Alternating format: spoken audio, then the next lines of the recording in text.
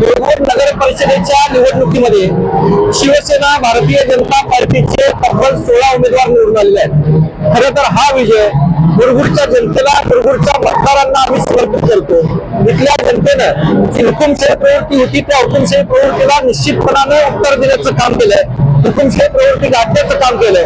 आता मुरगुड शहरामध्ये खऱ्या अर्थाने लोकशाही रुजवण्यामध्ये सुरुवात होईल असा मला या निमित्तानं अपेक्षा आहे, आशावाद आहे। 1478 मतं पडलेले, कुठेतरी मतं कमी पडलेलं असं भावना आहे का? काय 1478 मतं ही निश्चितपणाने चांगले आहे। 1478 मतांना झालेला विजय हा मुरगुडकर जनतेचा विजय आहे। शिवसेना भाजप युतीच्या उमेदवार सुहासिनी देवी पाटील यांच्या परिश्रमाचा आणि इथल्या सर्व नेतृत्वाचा, विशेषतः या ठिकाणी काम केलेले संजय दादा मंडलिक असतील, प्रवीण सिंह पाटील साहेब असतील, या सर्वांनी त्यांच्या सर्व कार्यकर्त्यांच्या सह अतिशय मेहनतीनं काम केलेलं आहे। भारतीय जनता पार्टीचे कार्यकर्ते, शिवसेनेचे कार्यकर्ते यामध्ये जीवाचं रान करून राबलेले आहेत। हा विजय खऱ्या अर्थानं त्यांना समर्पित करावा तेवढा थोडाच आहे। आपल्या एकूण 20 शिलेदारांपैकी आपले 4 शिलेदार पराभूत झाले आहेत, काय सांगाल?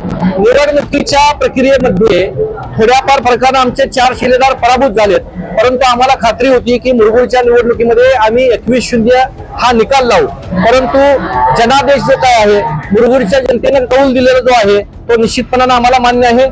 या 4 उमेदवारांच्या बाबतीत ज्या काही चुका झाल्या त्या भविष्य काळामध्ये दुरुस्ती करून त्याही भविष्य काळात उमेदवार विजयी होतील पुढच्या निवडणुकीमध्ये, असा आम्ही प्रयत्न करू। मुरगुडच्या विजयानंतर मुख्यमंत्री देवेंद्र फडणवीस साहेब असतील आणि एकनाथजी शिंदे असतील यांना आपण मुरगुडमध्ये घेऊन येणार असं बोलला होता, त्याचं काय नेमकं? निश्चितपणाने मुरगुडचा विजय सुकर झाल्यानंतर या राज्याचे मुख्यमंत्री देवेंद्रजी फडणवीस असतील, या राज्याचे उपमुख्यमंत्री एकनाथ शिंदे साहेब असतील, या राज्याचे उच्च आणि तंत्र शिक्षण मंत्री नामदार चंद्रकांत दादा पाटील साहेब असतील, या सर्वांना या मुरगुडच्या विजयाचा जल्लोष साजरा करण्यासाठी आम्ही घेऊन असा जिल्हाध्यक्ष या नात्याने मी शब्द दिला होता आणि हा शब्द नजीकच्या 1 ते 2 महिन्याच्या कालावधीमध्ये मी पूर्ण करणार। त्यांचे जे नगराध्यक्ष, जुने नगराध्यक्ष होते त्यांचा देखील आता यामध्ये पराभव झालेला आहे, राष्ट्रवादीचे उमेदवार, काय सांगाल? खरं तर राष्ट्रवादीच्या उमेदवारांचा झालेला पराभव हा त्यांच्या कार्यकर्तृत्वाचा पराभव आहे। गेल्या पंचवार्षिक निवडणुकीमध्ये ते स्वतः नगराध्यक्ष होते, परंतु या मुरगुडच्या नगरपालिकेच्या विकासाच्या संदर्भात त्यांनी कोणतीही कारवाई केलेली नाही,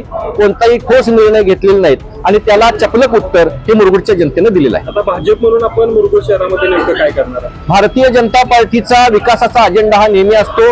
या विकासाच्या अजेंड्याच्या माध्यमातून या राज्याचे नगर विकास मंत्री आणि उपमुख्यमंत्री एकनाथजी शिंदे असतील आणि नगर विकास राज्यमंत्री ह्या आमच्या भारतीय जनता पार्टीच्या माधुरीताई मिसाळ आहेत आणि त्या विशेषतः या जिल्ह्याच्या पालकमंत्री आहेत। या दोघांच्या माध्यमातून मुरगुड नगरीचा कायापालट करण्याचं स्वप्न इथल्या मुरगुडच्या जनतेनं जे उराशी बाळगलेलं आहे ते स्वप्न पूर्ण करण्यासाठी मुरगुडच्या नगराध्यक्षांसह सर्व नगरसेवकांना आम्ही ताकदीनं मदत करू।